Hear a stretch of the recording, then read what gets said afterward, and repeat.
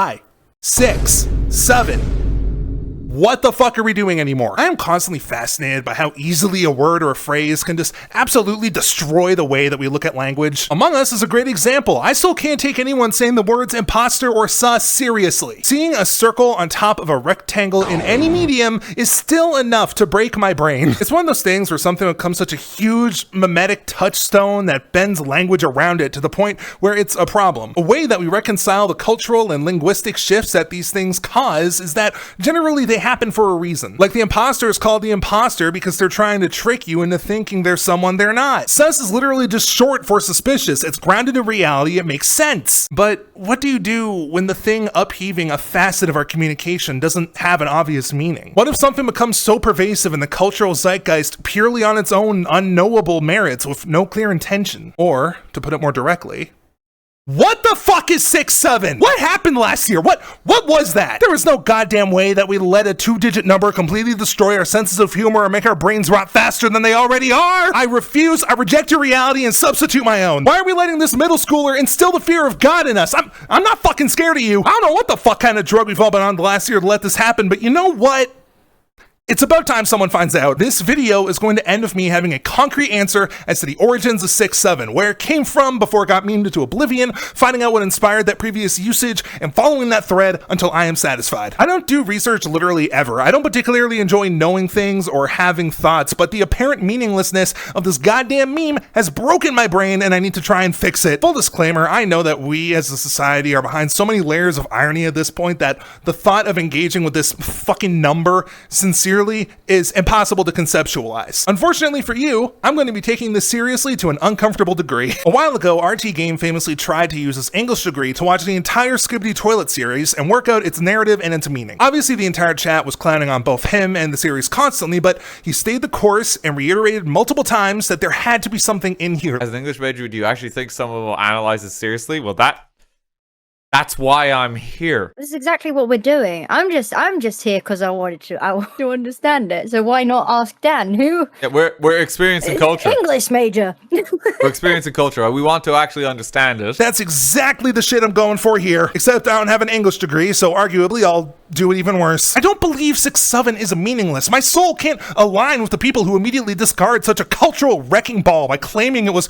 born from nothing and never meant anything. There has to be more of a reason for this to exist. There needs to be a meaning underneath all of this, right? Right? I just bit right on the highway. Track hawking sitting in the driveway. I wanted to trace this shit back to the very beginning, but before we do that, I feel like we need to work out just how the hell it got popular in the first place. There's a couple initial theories you can list. Personally, I think it's just really easy to accidentally say. It's two numbers that are next to each other. You can say something like 6 or 7 years ago, but you don't really hear 6 or 9 years ago much. Both 6-7 jokes and 69 jokes give me the same ugh response in a vacuum, but the pervasive nature of 6-7 popping up in our number system so naturally and in so many different forms just cranks that reaction up to 11. But of course, knowing why this is a cognito hazard doesn't tell us anything. We need to know how we got here. The first layer of our descent into madness starts in December 2024. A Pennsylvanian rapper named Skrilla makes a song in which he references the number, and he leaks it on Instagram to gauge the reaction from his fans to see if it's even worth releasing. Lucky for him, the answer is yes, as it gets an immediate wave of support from fans, some of whom start sharing the song in their own videos, be it through using the song itself or just referencing it. And one of the biggest people who took part in promoting this song was Taylin Kinney. Kinney is a young basketball player for Rod Wave Elite, a basketball team in the Amateur Athletic Union owned and coached by YouTuber Cam Wilder. Kinney is also a fan of Skrilla and played a big part in promoting this new leaked track to people. One of the ways he did so was as part of an Instagram post, where the second slide of the video is him doing this. Alright, so what would you rate this drink 1 through 10?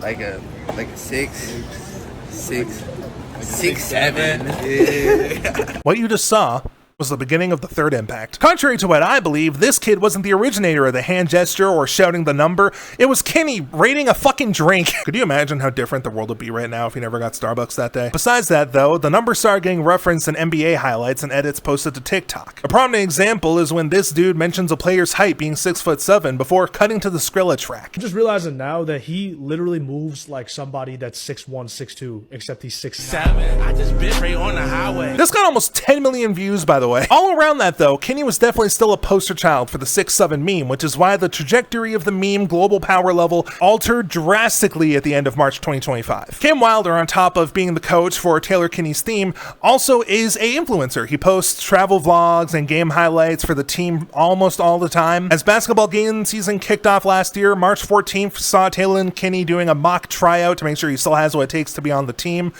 Cam could have just done the funniest shit right there and completely altered the timeline. And then a couple weeks later, on March 29th, 2025, they played their first game of the season in Baltimore, Maryland. Cam and his crew documented the entire thing, even from the very beginning of them leaving the hotel room. And within the first 30 seconds, this happens. It's like 60, 70.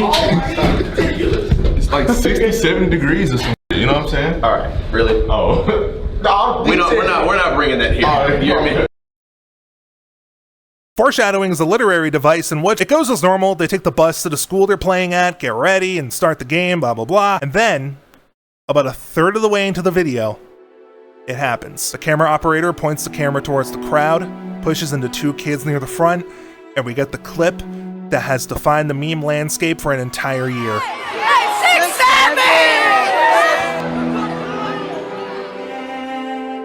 I initially thought the kid was just a fan of Kenny and that's how he heard about it, but considering how widespread the meme actually was in the online basketball sphere before this, it's entirely possible he simply just picked it up while scrolling TikTok or some shit. But also, he's doing the hand gesture, so why else would he be doing that if you didn't see Kenny's rating Starbucks video 6'7"? Ah! A couple days later, Cam Wilder posts the video to YouTube, not having a clue about what he just did, and you know the rest. 6'7" skyrocketed into mainstream popularity and became the most annoying shit to everyone over the age of 15. This dude is known as the 6'7" kid now, amassing hundreds of thousands of followers on Instagram and TikTok accounts ran by his mother. Now, thankfully, I don't think this is a case of this kid's family just quitting their jobs to milk this meme as much as they can. From the very rudimentary searching I did, the parents are operating the accounts almost begrudgingly since the family didn't use social media much at all until their kid went viral. During the early stages of the virality, they were equal parts displeased and concerned about the clip getting seen as much as it was. However, after a while, they realized it wasn't going away, and instead they decided to lean into it a bit, letting Maverick navigate the newfound fame under parental supervision and as safely as possible.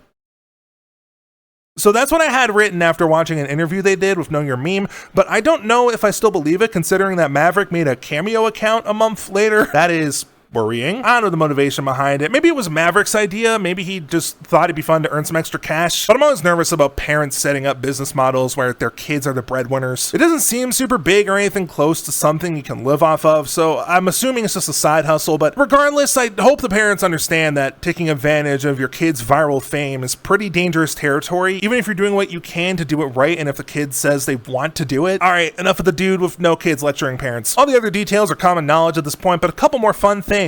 One, that Taylor Kinney, the dude who started the whole hand gesture and memeified the 6'7" part of the song, he has a water company now called 6'7" Water. You can order a 6-pack of it right now for like $14 before taxes and shipping because capitalism is hell. Not sponsored. I wanted to get some for this video, but they don't ship to Canada because they hate me personally. And also, 6'7" got declared the word of the year by dictionary.com for some reason. I assume that word of the year was reserved for words. What do I know? I already said I don't have an English degree. That was a long-winded way to describe exactly when 6'7" infiltrated everyone's mind and how it did it.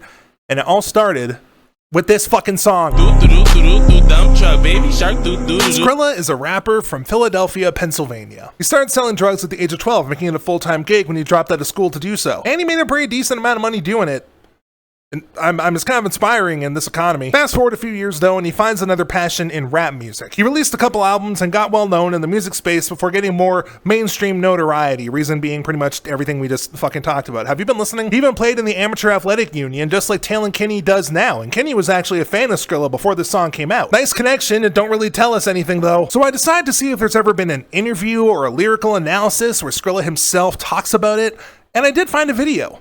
Is Genius verified about the song. 6'7" represents, it just represents my brain, like what comes up in my head. Everybody that I played it for fuck with it, but it was like funny. So the Genius interview is aggressively useless. He describes 6'7" as a state of mind, affirming that it means absolutely nothing, and neither the number or the song are meant to be taken seriously at all. Little did he expect this motherfucker to come walking in. Despite that though, we at least learn a couple things. For one, and I don't know how surprising this is, the whole song was basically written in under 10 minutes. I did it probably in about like 10 minutes. Like 6-7 minutes. 6-7. You heard that right. The entire process of creating this song was shorter than this video will probably be. Also, he doesn't like buying expensive jewelry and would rather buy clothes. I don't like Jerry though. That shit just like a waste of money. I'd rather buy clothes. We stan an anti-materialist king, so we get the vibe that he's more down to earth, just grateful to have the attention that he does now and is having fun with it.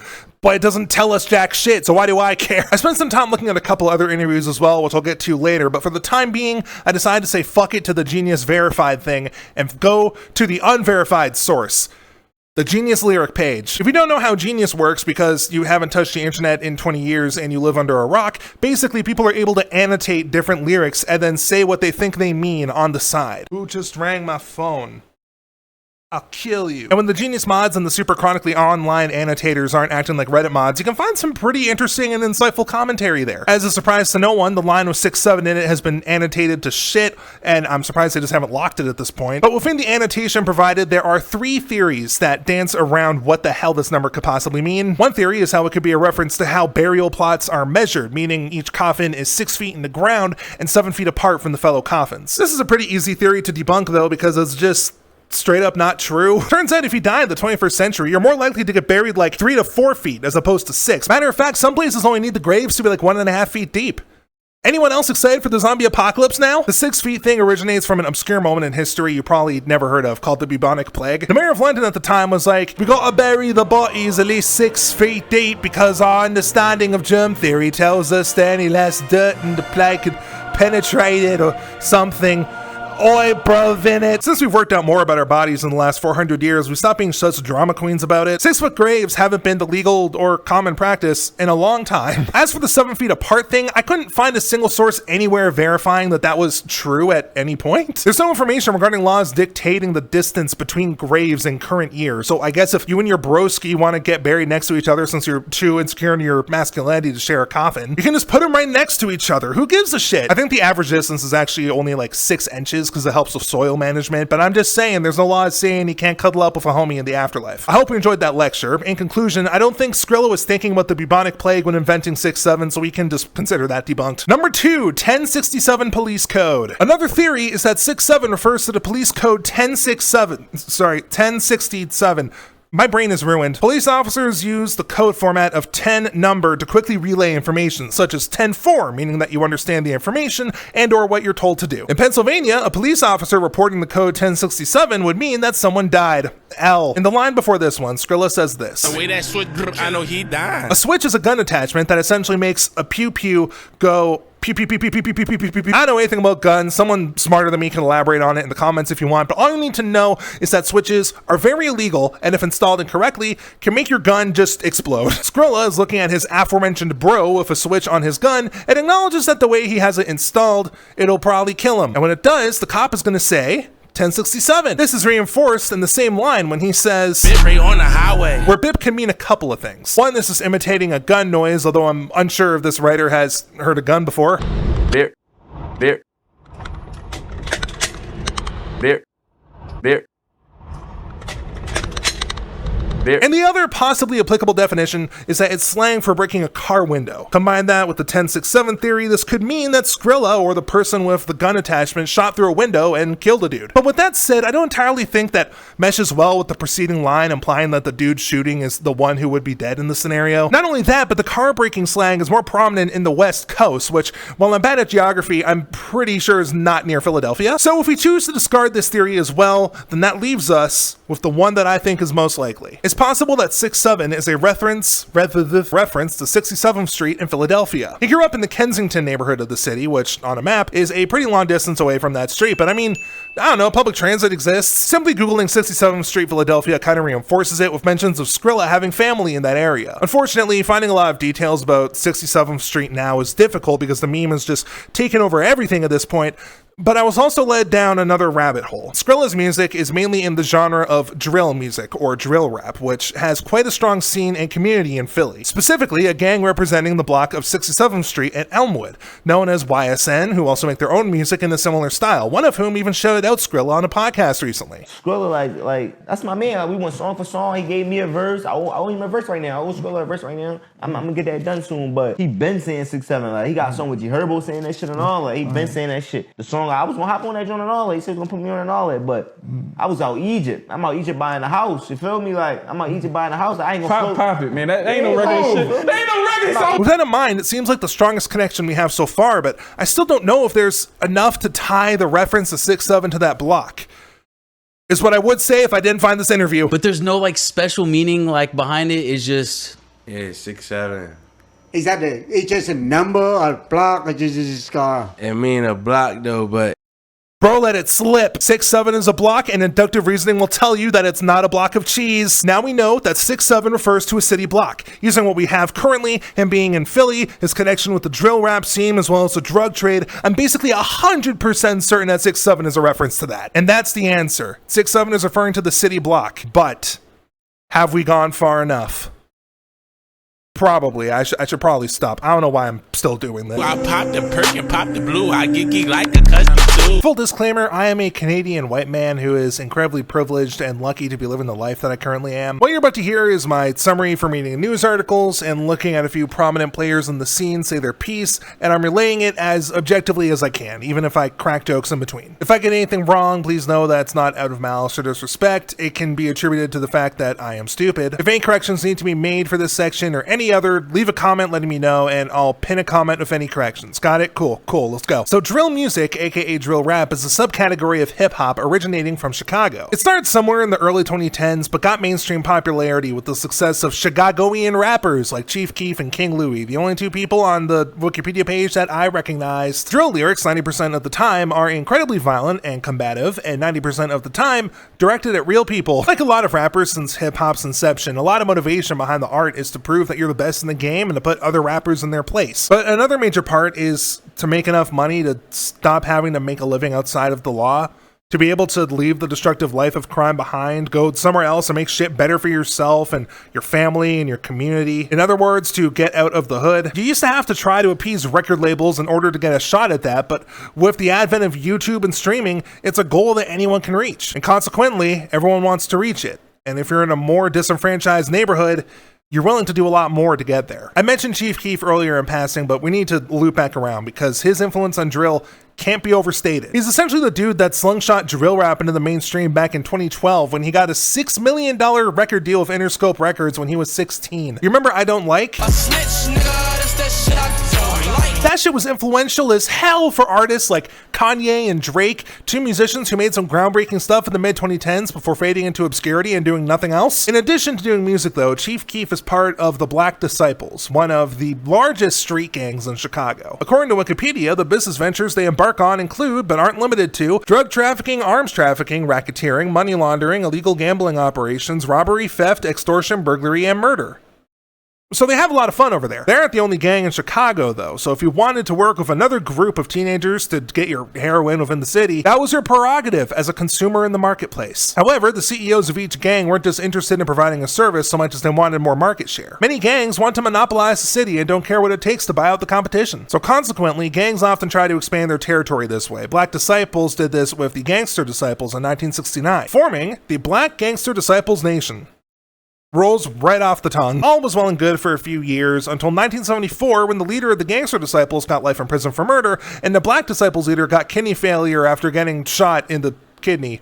I don't think your kidneys like that much. Without the two leaders at the helm, the ideological differences became too much for the members to reconcile, and they split back off into their respective gangs. Since then, though, they've maintained a pretty healthy and amicable relationship. Business collaborations are frequent and productive, and I'm just kidding, they fucking hate each other. Things were calm for a time, but by the early 1990s, a rivalry was in full swing with a GD member killing the BD leader, and then BD consequently killing 3 of the GD members. GD members retaliate, BD member retaliate back, and this has continued with no end in sight all the way up to and including this year. The result is just an endless blood feud where gangs get into long-standing rivalries to prove which one has the right to control their part of the city. And keep in mind, this story arc isn't unique to these two gangs. They're both massive in member size, but there's a lot of smaller street gangs throughout Chicago with similar mentalities. It just so happens that one of the members of the Black Disciples in the early 2010s was Chief Keef himself. He was born and raised in the area of Chicago where they essentially had a stranglehold on the neighborhood. He didn't say he was affiliated with them until a while after his mainstream breakthrough, but it's pretty common knowledge that him and his music were very influenced by the gang, and consequently their rivalry with the Gangster Disciples. Shondell Gregory, nicknamed Tuka, was a 15-year-old kid involved with the Gangster Disciples. It's unclear if he was a recognized member or not, but at the very least, he did have friends that were prominent members in said street gang. Beyond that, not much more is publicly known about him, and considering he was a minor, I think that's for the best. All you need to know is that one day in January 2011, he was waiting for the bus at a stop in St. Lawrence, an area under Gangster Disciples' control. For all intents and purposes, he had no reason to think anything would happen, until someone from Black Disciples walked up to him, pulled out a gun, shot him 4 times, and then fled. He was dead before the police got to his body. I'm sorry for the sudden heaviness, but I just really wanted to emphasize what happened and take it with the seriousness it deserves. A 15-year-old kid lost his life as a consequence of not just gun violence, but as a result of a gang war that had been going on for 20 years that could have been stopped at any point beforehand if they were able to work it out. And like I said, I'm privileged as fuck. Of course, I would feel differently if I was born and raised in the same streets as these kids were. I know holding hands and singing Kumbaya simply isn't a fucking option, but this is a situation that should never have even gotten the potential to happen. I have cousins the same age that Tuka was when he was murdered. Something like this never has to happen. And of course, I can't imagine how the parents feel. That their kid of a whole life ahead of him was taken before he even had a chance to develop and grow into his own person. It's a horror and feeling that I can't imagine experiencing. Except yes, I can, because this is unfortunately not the end of the story. Something I left out earlier about drill music is that the violent and confrontational lyrics aren't limited to just those the rappers currently have beef with. Anyone is on the table, including those that can no longer fight back. Tuka was one of the first people to get dissed in a bunch of drill tracks that were written and performed by members of the Black Disciples, Chief Keef included, among a myriad of others. There was even a meme that started called Smoking That Tuka Pack, which is the idea of rolling Tuka's ashes into a joint and smoking it. This is the most depraved shit I've heard of in a long time. And you know who secretly loves depraved shit but doesn't like to admit it? A large majority of humanity. The drill songs where rappers diss the dead do numbers, even relative to the tens of millions they pull in already by dissing the living. And thanks to YouTube making it easy to track your viewership metrics, rappers can see the correlation and thusly the extra money it earns easily. We know rage bait already does you a lot of good for engagement, and some rappers in the drill scene have no issue of taking it to extremes if it means more attention and more income. And so what do you do when you see something you're doing is rewarding you so heavily? You keep doing it. In addition to referencing Tuka constantly in music for a decade, so many drill artists would diss the dead as often as possible, both in songs and on social media. It even got to a point where gang members would intentionally go out and murder somebody not knowing why they're doing it, just so they were more victims that could be mocked in their music. It didn't matter who it was they killed, long as the blood was still fresh when they got to the booth. It became almost expected of artists wrapped up in gang warfare to mock victims of the attacks their gangs orchestrated in any way possible. Another fantastic example, when a rival gang killed an artist's friend with the initials BK, they filmed a music video dissing him inside of a Burger King. Then when one of the rival gang's members was killed on the way home from working at McDonald's, the artist not only made a diss track against him with the McDonald's logo on the album art, but started packing weed he sold in Happy Meal boxes. This is insane. You know it, I know it, and unfortunately, Tuka's mom knows it too. Over a decade after her son's death, she took part in a roundtable consisting of a handful of parents that not only lost their kids in these gang rivalries, but also get to hear them constantly disrespected in so many of the songs drill artists create. After all, the songs go so viral that if you're entrenched in the scene, they're pretty hard to avoid. Consequently, they're trying to advocate for an end to the violence and to get justice for their kids. Tuka's mother in particular pleads directly to the artist still using his name more than a decade on after his death. If you had to speak to Dirk or Chief Keef, what would be your message to them? I just want to know why.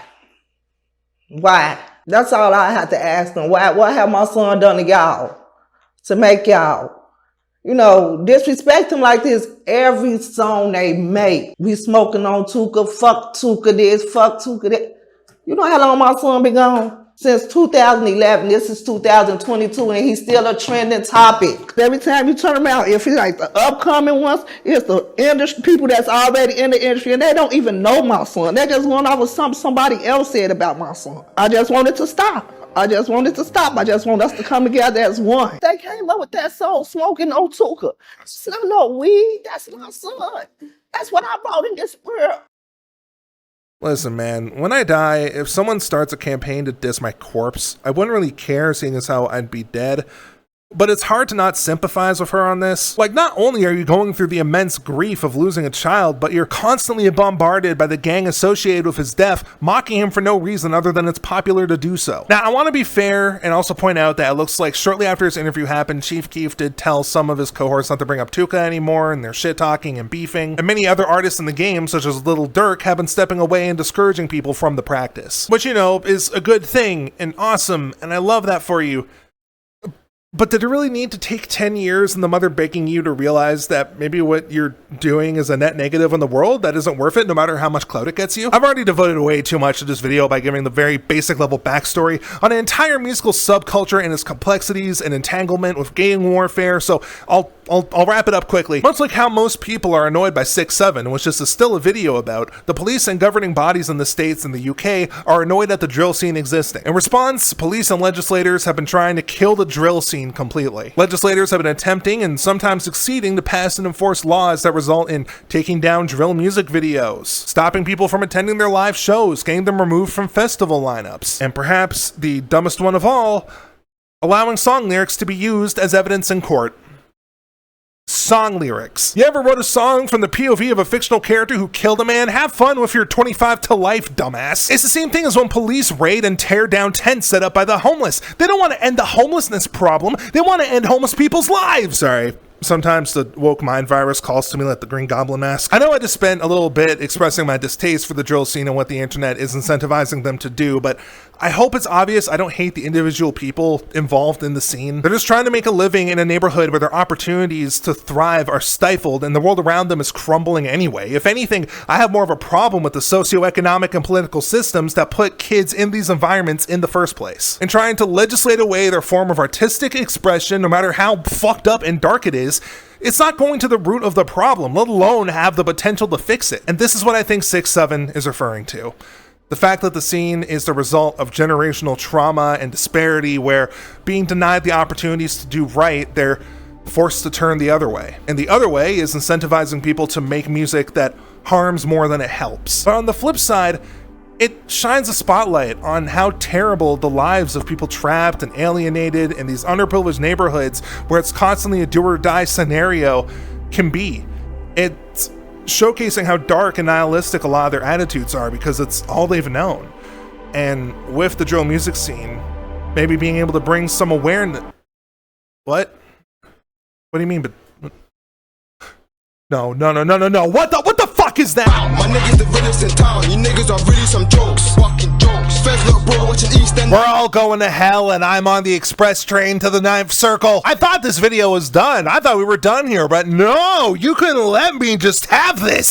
6-7, you cruel mistress, release me from your frozen grasp. I promise this video is almost done, but as soon as I saw this accursed number show up on this page, I couldn't stop myself. I had to keep going. So who the fuck are 6-7? Well, they're a drill rap collective and street gang from the United Kingdom, originally going by the acronym OSG, short for On-Site Gang. Later on, it was changed to 674, as those are the numbers on the phone pad that line up with the letters, and then the 4 was dropped for some unknown reason I can't find. They're spearheaded by rapper LD, who is often cited as bringing drill music into the UK and defining what separates it from the States. The group consists of 43 members at the moment of writing. They should consider adding 24 more, that'd be funny. They've released a few mixtapes over the years, although they've been pretty quiet since 2021 other than re-releasing old material. But their most popular track is Let's Lurk, the instrumental of which, I shit you not, Turn up in your block 10 toes, man, do it. Tell a man's not hot. The girl told me 4 door chucks, I took wrist, man, soon gone. Man's not hot. It was at this point I realized that I had died while researching and now God is fucking with me in hell. This isn't real. No, I refuse. How did any of this happen? What did Big Shock know that we don't? This entire section was just so that I could talk about this because the fact that a group called 6-7 used the same instrumental a year prior to the Man's Not Hot song is retroactively the funniest thing that happened in the 2010s. Another fun fact about Man's Not Hot while we're here, by the way, did you know that it was named the 93rd best song of 2017 by Pitchfork?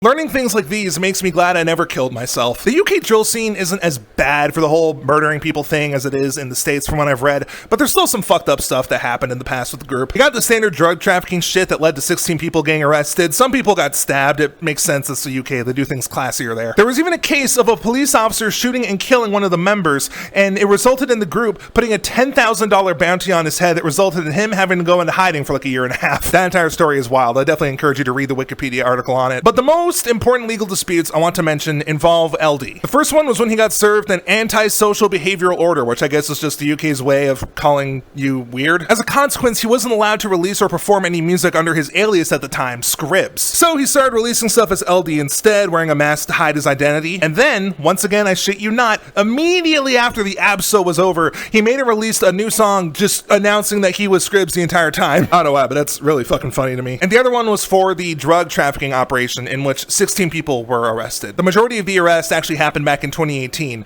and LD wasn't one of the people who got arrested. However, a year and a half later, in December 2019, he was arrested and sentenced to 4.5 years in prison. He recounts being sent to prison again in an interview I read, and it just made me sad. The transition from making money on the street to becoming a successful musician is a challenge every drill artist faces. Drill fans, hearing their favorite rapper return to prison, often ask, why can't they just leave the roads and focus on music? The sad thing is, I did leave the roads, says LD.